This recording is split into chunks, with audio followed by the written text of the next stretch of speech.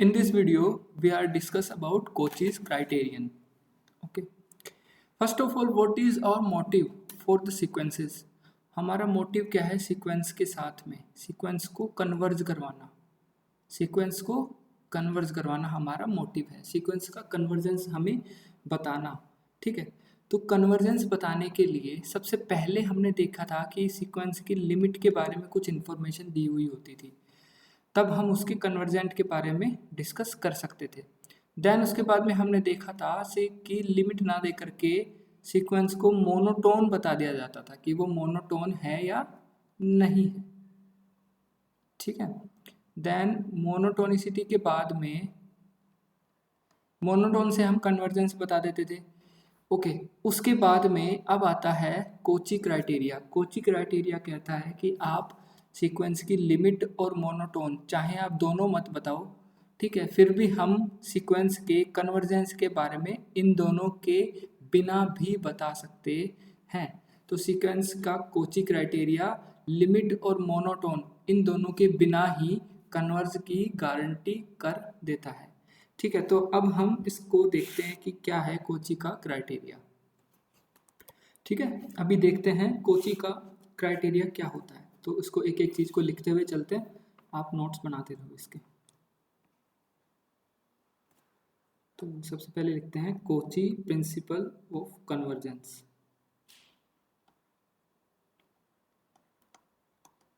कोचीज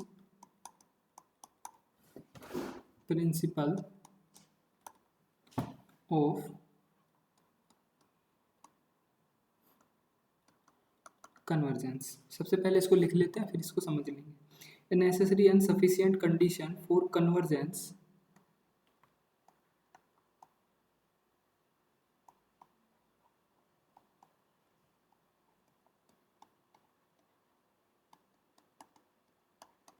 necessary and sufficient condition for convergence of a sequence as sequence un is that। अब कोची के दो criteria होते हैं, दोनों का एक ही मतलब होता है, देख लेते हैं। पहला है गिवन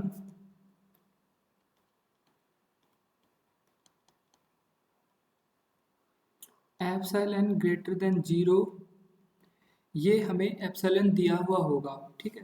एप्सिलॉन ग्रेटर देन 0 का मतलब क्या होता है, इसको हम एक एक बारीकी से समझेंगे। पहले एक बार लिख लेते हैं इसको। देयर एक्सिस्ट सम स्टेज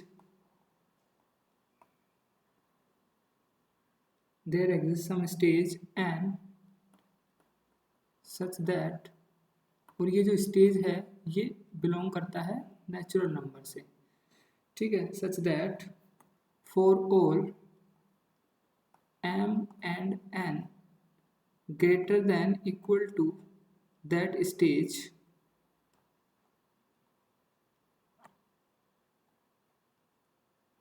ठीक है। और यहाँ पर कंडीशन दी हुई है कि m जो है वो n से बड़ा होगा। तो ये जब ये कंडीशंस फॉलो होती हैं तो हम क्या इम्प्लाई कर सकते हैं कि ये इम्प्लाई करता है, नॉट इम्प्लाई, जस्ट ये होना चाहिए कोची को कन्वर्जेंस बताने के लिए। क्या होना चाहिए कि S M minus S N जो है उनके दोनों के गैप को एप्सिलॉन से छोटा किया जा सकता है। ठीक है। ये मेथड जो है ओनली सीक्वेंस के एलिमेंट्स के साथ में कंसर्न करता है। ये जो मेथड है ये जो कोची का जो मेथड है वो लिमिट और मोनोटोनिसिटी के अलावा सीक्वेंस की जो टर्म्स होती हैं, जो सीक्वेंस के जो एलिमेंट्स होते हैं अंदर, उनको लेकर के ये कन्वर्जेंस की गारंटी करता है। ठीक है। तो ये जो कंडीशन अगर फॉलो हो जाती है तो हम कह सकते हैं कि ये सीक्वेंस एक कन्वर्जेंट सीक्वेंस है। अभी इसका सेकंड पार्ट भी लिख लेते हैं, फिर दोनों को एक साथ में डिटेल में समझ लेंगे। सेकंड पार्ट है इसका, पार्ट नहीं है ये अलग से है, कि given epsilon greater than 0 there exist some stage n such that for all, उस स्टेज के बाद में जितने भी स्टेजेस आती हैं, for all n S N plus P minus S N, इन दोनों के बीच का जो गैप है उसको उस एप्सिलॉन से छोटा किया जा सकता है। और यहाँ पे जो पी है वो सिंपली नेचुरल नंबर्स हैं।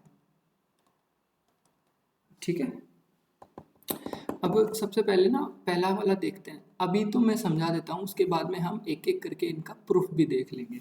ठीक है, देखो पहला वाला जो है वो कह रहा है कि देखो कोची का जो प्रिंसिपल है ना कन्वर्जेंस बताने का, वो कहता है कि ये नेसेसरी एंड सफिशिएंट, नेसेसरी भी है और सफिशिएंट भी है, condition for convergence of A sequence un is that given epsilon greater than 0। अगर कोई एप्सिलॉन ले लें हम जो 0 से थोड़ा ही बड़ा है, इसका मतलब ये है कि एप्सिलॉन ग्रेटर देन 0 का मतलब ये है कि एप्सिलॉन जो है ना, एप्सिलॉन वो एक जस्ट पॉजिटिव नंबर है, जस्ट पॉजिटिव नंबर। ठीक है, ओके, इसको ना फिर से देखते हैं एक बार कि क्या दिया हुआ है। Given epsilon greater than 0 there exist some stage n, n जो है वो खुद नेचुरल नंबर से में से ही है, मतलब n स्टेज है, स्टेज मतलब 1 2 3 4 इस तरह से स्टेज, कौन सी स्टेज है, such that for all m और n। ठीक है, m और n दो नंबर्स, हमने दो स्टेजेस और ले ली, दो इंडेक्सेस और ले लिए, m और n कहाँ से आगे, उस पर्टिकुलर स्टेज के आगे। ये स्टेज लेना ज़रूरी क्यों है, ये स्टेज लेना ज़रूरी इसलिए है क्योंकि कई बार सीक्वेंस जो होती है वो इवेंचुअली मोनोटोन हो जाती है और इवेंचुअली मोनोटोन नहीं होती है, तो इस तरह से वो स्टेज लेना जरूरी होती है। इवेंचुअली का मतलब है कि एक स्टेज तक तो सीक्वेंस का पता ही नहीं चल रहा होता कि क्या हो रहा है, लेकिन कुछ स्टेज हमें मिल जाती है ना, उस स्टेज के बाद में सीक्वेंस अपनी असलियत दिखाना शुरू करती है, तो इस वजह से ये स्टेज हमें लेनी पड़ती है। तो स्टेज की बात इसलिए करते हैं, स्टेज के बाद में हमने दो इंडेक्सेस लिए और एक इंडेक्स हमेशा बड़ा होगा, या तो आप ये कर लो या फिर आप ये कर लो। देखो S M minus S N करोगे, इसका मोड निकालोगे, वो बराबर आएगा S N minus S M के। ठीक है, तो दोनों में से कोई भी एक को बड़ा करना पड़ेगा। मतलब ये है इसका कि m is not equal to n लेना है हमको। ठीक है, m is not equal to m यहाँ पर हमें लेना पड़ेगा, तभी जा कर के ये होगा, नहीं तो दोनों अगर सेम ले लेंगे तो फिर तो उनका जीरो हो ही जाना है ना। मतलब ये है कोई भी टर्म, जैसे या एक तो फर्स्ट टर्म ले लो, एक थ्री टर्म ले लो, फर्स्ट टर्म ले लो, टू ले लो, फर्स्ट टर्म ले लो, फाइव ले लो, कोई भी टर्म ले लो, स्टेज अलग अलग होना चाहिए, उनका इंडेक्स जो है वो अलग अलग होना चाहिए। और ये बात, ये जो होना चाहिए ना, ये सभी सभी m और n के लिए होना चाहिए, अंत तक सभी m और n के लिए होना चाहिए, लास्ट तक, जब तक कि सीक्वेंस कन्वर्ज ना कर जाती हो। तो इसका मतलब यही है कि सीक्वेंस को कन्वर्ज करना ही पड़ेगा। ठीक है, ये समझ में आया अच्छे से? ओके, अभी देखो, अभी सेकंड जो इसका वो है, अलग तरीका ही अलग है बस, है ना, बाकी सेम ही है। देखो given epsilon greater than 0 there exist some stage n such that, यहाँ तक तो ठीक है, for all n n is greater than equal to that stage. मान लो कोई सीक्वेंस चल रही है u1 u2 u3 u4, इस तरह से इस सीक्वेंस चल रही है। मान लो उसने यहाँ तक तो कुछ भी नहीं बताया, यहाँ तक तो उसकी मान लो टर्म आई 2 2, यहाँ से उसकी टर्म चेंज होना शुरू हो गई 3 4 5, इस तरह से बढ़ने लग गई। तो यहाँ तक तो हम कुछ नहीं कह सकते ना, तो स्टेज आ करके उसने चेंज कहाँ से किया, तो स्टेज 2 पर उसने चेंज किया, स्टेज 2 पर उसने चेंज किया। तो 2 से आगे के जितने भी वो नंबर हैं, जितने भी इंडेक्सेस हैं, मतलब ये फर्स्ट टर्म है, ये सेकंड टर्म है, ये थर्ड टर्म है, ये फोर्थ टर्म है, ये फिफ्थ टर्म है, इस तरह से वो बढ़ती जा रही है। तो जब ये स्टेज हमारा n स्टेज है, n से बड़ा कोई भी इंडेक्स हम ले ले, 3 ले ले, 4 ले ले, 5 ले ले, अंत तक जितने भी हम यहाँ पर इंडेक्सेस लेंगे ना, उन सभी इंडेक्सेस के लिए ये ऊपर वाला जो रिजल्ट है ये फॉलो होना चाहिए। उसी तरह से नीचे वाला क्या कह रहा है, नीचे वाला भी यही कह रहा है सेम, कि for all n is greater than equal to that stage कि n प्लस p करने पर और माइनस एस एन करने पर, मतलब मान लो मैंने फोर्थ स्टेज ले ली n मैंने ले लिया 4 और ये स्टेज जो थी ना वो उसकी जो वैल्यू थी स्टेज की वो थी 3, तो 3 या 3 से बड़ी कोई भी नंबर लेना है। यहाँ पे देखो ये n है, n का मतलब है स्टेज के बराबर या स्टेज से आगे। मैंने स्टेज से आगे एक इंडेक्स ले लिया u4, 4 का मतलब मैंने ले लिया u4 मैंने ले लिया। अब u4 माइनस करो, या तो u4 करो, या तो देखो 4 से बड़ा होना चाहिए कोई भी इंडेक्स जो है, u5 करो, या तो u4 माइनस u6 करो, u4 माइनस u कुछ भी करो, बट इस 4 से बड़ा होना चाहिए। ठीक है, इसका मतलब यही है। इसको हम ऐसे भी लिख सकते हैं ना, un minus un plus p, ऐसे भी तो लिखा जा सकता है। बात तो सेम ही है यहाँ पर जब मोड के अंदर है तो। ठीक है, तो इसका सिंपल सा मतलब यही है कि उस स्टेज के बाद में कोई भी दो टर्म हम उठाते हैं, उस स्टेज के बाद में, ये जो स्टेज है उसके स्टेज के बाद में कोई भी दो टर्म हम उठाते हैं, एक तो ये वाली टर्म और एक ये वाली टर्म। मान लो n वाली टर्म मैंने उठाई, n के साथ में n प्लस p की वैल्यू हम 1 2 3 4 5 कुछ भी ले सकते हैं। कोई भी दो टर्म, जरूरी नहीं है कि वो सक्सेसिव हो। सक्सेसिव का मतलब कि जरूरी नहीं है कि u4 के बाद में आपको u5 ही ले, ऐसा जरूरी नहीं है कि आप u4 के बाद में u6 भी ले सकते हैं, u4 के बाद में u2000 भी ले सकते हैं, आप कुछ भी ले सकते हैं। ये सभी दो टर्म्स के बीच का जो रिलेशन है ये सभी के लिए होल्ड करना चाहिए कि हम कोई सभी दो टर्म जो है ना उनके बीच का जो डिस्टेंस है, उनके बीच का जो गैप है उसको किसी एक एप्सिलॉन से चाहे जितना छोटा कर पाएं। इसका मतलब क्या होता है? इसका मतलब होता है चाहे जितना छोटा कर पाएं। ठीक है, चाहे जितना छोटा कर पाएं। ठीक है, इस एक लाइन का मतलब ये होता है इस इनइक्वालिटी का। ठीक है, अभी देख लेते हैं इसका थोड़ा सा प्रूफ देख लेते हैं। फर्स्ट वाले का प्रूफ देख लेते हैं पहले। Consider UN be a sequence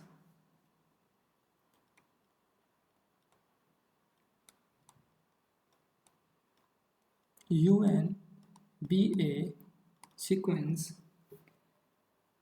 that UN converges to L। ठीक है, UN जो है वो कन्वर्जेस टू L को कन्वर्ज करता है। Okay, then for all n is greater than equal to n dash. यहाँ पे n डैश कोई भी हम अपने अकॉर्डिंग कोई भी इंडेक्स ले सकते हैं। ठीक है, n डैश ले लो या n ले लो, n डैश को हटा दो, n ले लो। ठीक है, तो एक स्टेज के बाद में हम क्या कह सकते हैं कि Sn माइनस एल के गैप को उस एप्सिलॉन से छोटा किया जा सकता है। एप्सिलॉन माइनस एल के गैप को एक एप्सिलॉन से छोटा किया जा सकता है जहाँ पे जो एप्सिलॉन है वो खुद 0 से बड़ा है। मतलब कोई भी एक पॉजिटिव नंबर, एप्सिलॉन का मतलब क्या है पता है? एप्सिलॉन का मतलब है एक पॉजिटिव नंबर। ठीक है, एक पॉजिटिव रियल नंबर जो चाहे जितना छोटा हो सकता है, चाहे जितना छोटा हो सकता है। ठीक है, इसका मतलब ये है एप्सिलॉन का मतलब। Then for all m n is greater than equal to n, Sn minus l के गैप को एप्सिलॉन बाय 2 से भी तो छोटा किया जा सकता है ना। देखो एप्सिलॉन जो है उसको अगर हम चाहे जितना छोटा कर सकते हैं तो एप्सिलॉन बाय 2 को भी तो हम चाहे जितना छोटा कर सकते हैं ना। अब आप बोलो कि यार एप्सिलॉन और एप्सिलॉन बाय 2 ये दोनों तो अलग अलग तरीके से छोटे होंगे। मैं बोलूँगा नहीं, अगर एप्सिलॉन को आप छोटा कर रहे हो तो उसी मेथड से आप एप्सिलॉन को भी तो छोटा कर सकते हो ना। करना क्या पड़ेगा? बस आपको 2 से मल्टीप्लाई करना पड़ेगा। जैसे आप 2 से मल्टीप्लाई, यहाँ पर 2 एप्सिलॉन जैसे ही ले लोगे तो ये एप्सिलॉन के इक्वल आ गया, कर लो छोटा जितना करना है। ठीक है, तो इस तरह से एप्सिलॉन बाय 2 से छोटा किया जा सकता है। अब m के n के लिए हो गया, अब m के लिए तो एस एम माइनस एल को भी तो एप्सिलॉन बाय 2 से छोटा किया जा सकता है। अब हम क्या करेंगे, इन दोनों इनइक्वालिटीज़ को क्या कर देंगे, हम ऐड कर देंगे। क्या कर देंगे, ऐड कर देंगे। तो इनको ऐड कर दो।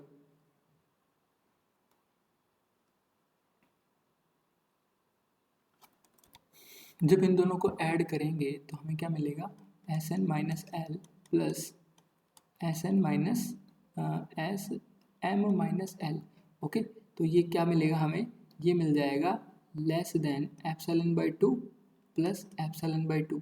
ठीक है, अभी देखो एक इनइक्वालिटी होती है, वो इनइक्वालिटी क्या कहती है कि अगर a माइनस बी का जो मोड होता है वो लेस देन और इक्वल टू होता है mode a plus mode b से। तो यहाँ पे जब हम मोड को हटाएंगे, यहाँ पर जब मोड को हटाएंगे, इन दोनों के अलग अलग मोड को जब हटाएंगे और सिंपल मोड लेकर के आएंगे तो ये वाली टर्म और ये वाली टर्म माइनस में आ जाएगी और इसकी वैल्यू जो है और छोटी हो जाएगी ना।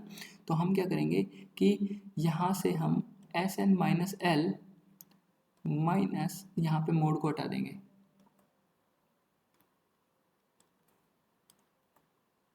S N minus L minus S M minus L. ठीक है, और ये वैल्यू और छोटी हो गई, किससे, इससे भी छोटी हो गई, और ये खुद छोटा है किससे, एप्सिलॉन बाय 2, एप्सिलॉन बाय 2 से। तो यहाँ पर सिंपली ये इसको क्या लिख सकते हैं हम, epsilon by 2 plus epsilon by 2 क्या हो गया यहाँ पे, एप्सिलॉन। ठीक है, अब यहाँ से क्या इम्प्लाई होता है, देखो यहाँ से S N minus S M, L से एल यहाँ पे हो जाएगा कैंसिल। तो यहाँ से क्या मिला हमें, S N minus S M, ये एप्सिलॉन से छोटा मिल गया हमें। अब हम क्या कर सकते हैं यहाँ पर, अब हम, अच्छा ये जो हमने ए माइनस बी किया था इसके बाहर एक मोड आएगा यहाँ पे। ठीक है, तो यहाँ पर मोड पहले से ही था। ठीक है, ये जो कंडीशन हमें मिली, ये हमें जो कोची का क्राइटेरिया था वो फर्स्ट क्राइटेरिया मिल गया हमें, जो फर्स्ट जो मेथड था वो मिल गया हमें यहाँ से। ठीक है, और ये जो ट्रू हो जाएगा, ये ट्रू हो जाएगा for all M N is greater than equal to that stage, जो हमने स्टेज ली थी। ओके, तो यहाँ से हम क्या कह सकते हैं कि every convergent sequence satisfy कोचीज criteria. Every convergent sequence, यहाँ से हम क्या कह सकते हैं, every convergent sequence satisfy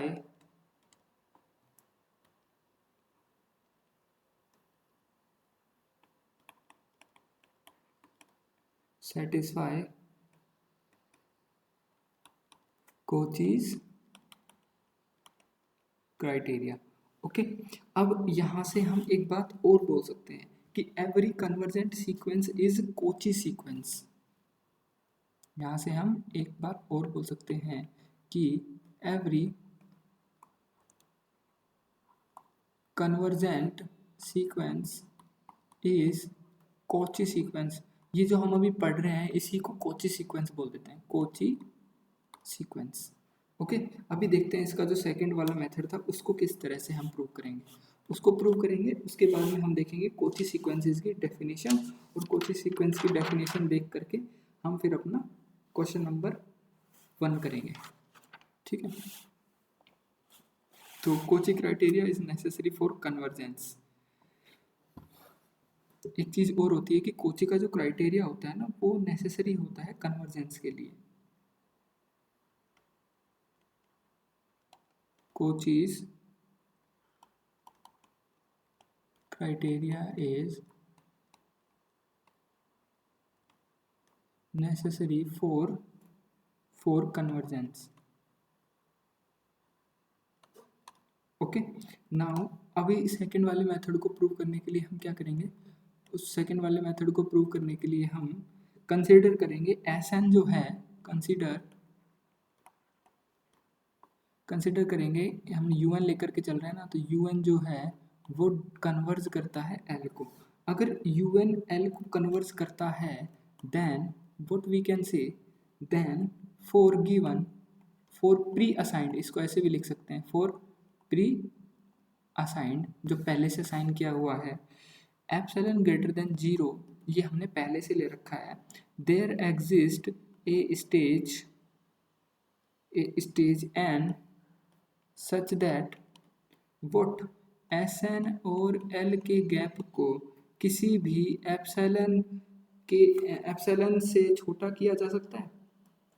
SN और एल के गैप को किसी भी एप्सिलॉन से छोटा किया जा सकता है। तो एप्सिलॉन से अगर छोटा किया जा सकता है तो एप्सिलॉन बाई 2 से भी तो छोटा किया जा सकता है ना। ठीक है, और ये जब ट्रू होगा, किसके लिए ट्रू होगा, ये ट्रू हो जाएगा for all N is greater than equal to that stage, और इसको हम नाम दे देंगे इनइक्वालिटी 1। ठीक है, ऐसा नहीं आएगा, इधर UN आएगा, ऐसा लेकर के करना है। ठीक है,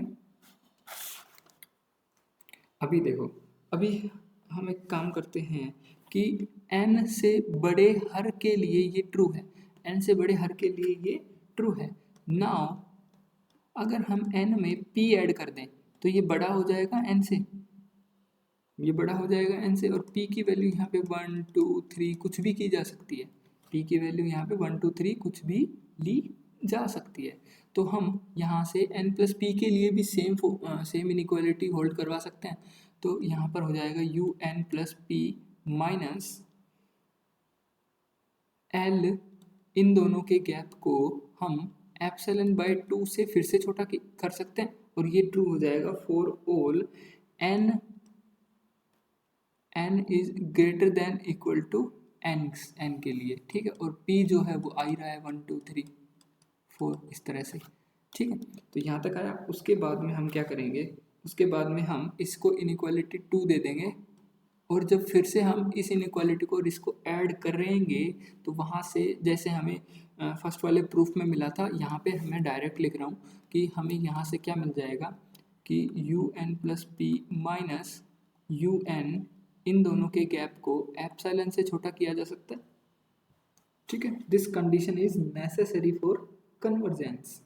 ये जो कंडीशन आई है, यही तो वो कंडीशन है, यही तो वो कंडीशन है जो हमारे सीक्वेंस को कन्वर्ज करवा देती है। तो हमने कन्वर्जेंस से ही तो ये कंडीशन निकाली है ना। तो ये कंडीशन कहलाती है कोची की कंडीशन, कोची का क्राइटेरिया। यहाँ से हम कह सकते हैं कि सीक्वेंस कन्वर्ज कर जाएगी। ठीक है, अभी देखते हैं, ये हो गया इसका प्रूफ। अभी देखते हैं हम कोची सीक्वेंस। कोची सीक्वेंस क्या होता है? कोची सीक्वेंस लिखा दिया है। कोची सीक्वेंस की ये दो ही डेफिनेशन है। पहली ये है, अभी हमने देखी थी, पहली डेफिनेशन ये है और दूसरी डेफिनेशन ये है। इन्हीं को कोची सीक्वेंस बोलते हैं। जो सीक्वेंसेस इन दोनों कंडीशंस को फुलफिल कर देती है ना, उन सीक्वेंसेस को ही कोची सीक्वेंस हम बोल देते हैं। ओके, तो ये आपकी कोची सीक्वेंस यहाँ पे ख़त्म हो जाती है।